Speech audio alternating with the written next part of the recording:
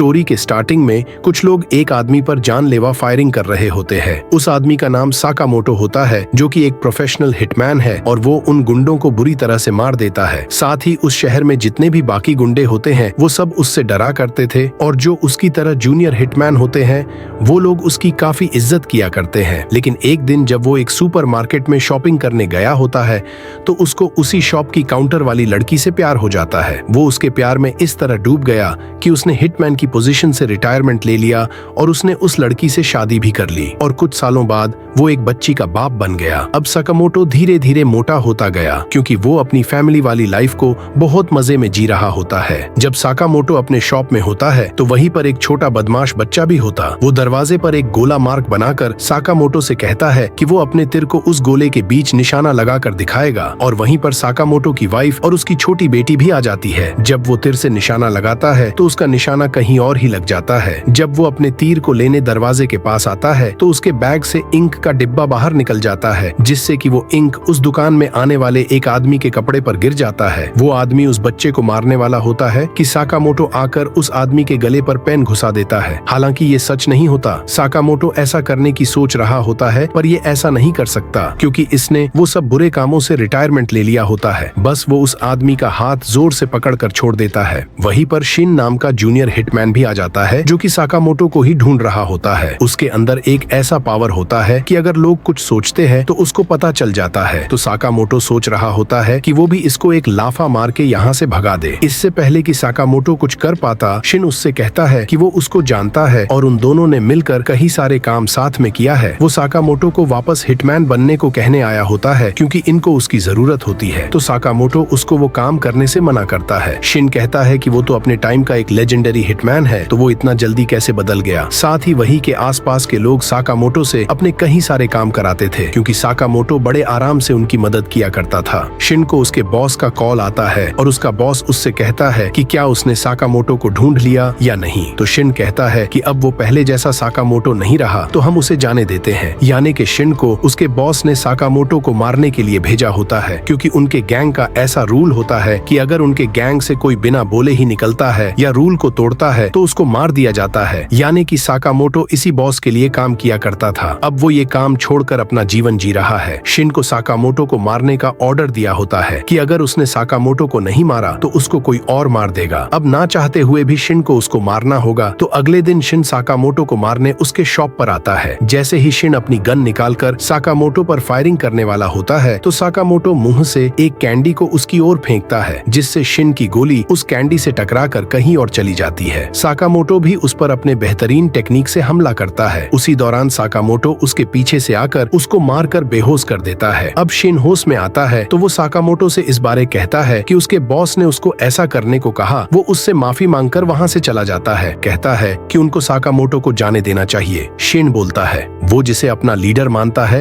वो उसको नहीं मार सकता, बल्कि वो साकामोटो के बदले मरना पसंद करेगा। तो उसका बॉस उससे कहता है अगर तूने खुद को गोली मारा तो मैं साकामोटो को छोड़ दूंगा। वो बॉस अपने दिमाग में सोचकर हंस रहा होता है कि ये खुद को गोली मार देगा तो वो लोग उस साकामोटो को मार देंगे और ये सब उसके मन की बातें शिन सुन लेता है। वो उन लोगों पर गन तान देता है। उसी टाइम वो बॉस के आदमी भी उस पर फायरिंग करने लगते हैं। अब साकामोटो को दिखाया जाता है कि उसने शिन की सारी बातें सुन ली होती है, यानी कि उसने शिन पर एक वॉइस ट्रैकर लगाया होता है। अब साकामोटो अपने शॉप को एक वेपन रूम में बदल देता है जहां पर उसने कई सारी बंदूकें रखी होती है और वो उनमें से एक इलेक्ट्रिक गन लेकर शिन के पास जाता है। अब शिन यहाँ पर खुद को किसी न किसी तरह बचा रहा होता है। इसी दौरान उसके पैर में एक गोली लग जाती है तो उसको उन गुंडों ने घेर लिया होता है। तो उन सब के पीछे से साकामोटो आकर सबको इलेक्ट्रिक शॉक देकर बेहोश कर देता है। अब सारे गुंडे साकामोटो पर एक साथ फायरिंग करने लगते हैं, लेकिन वो सबको एक एक करके मार देता है। अब बारी होती है उस बॉस की। वो उस बॉस को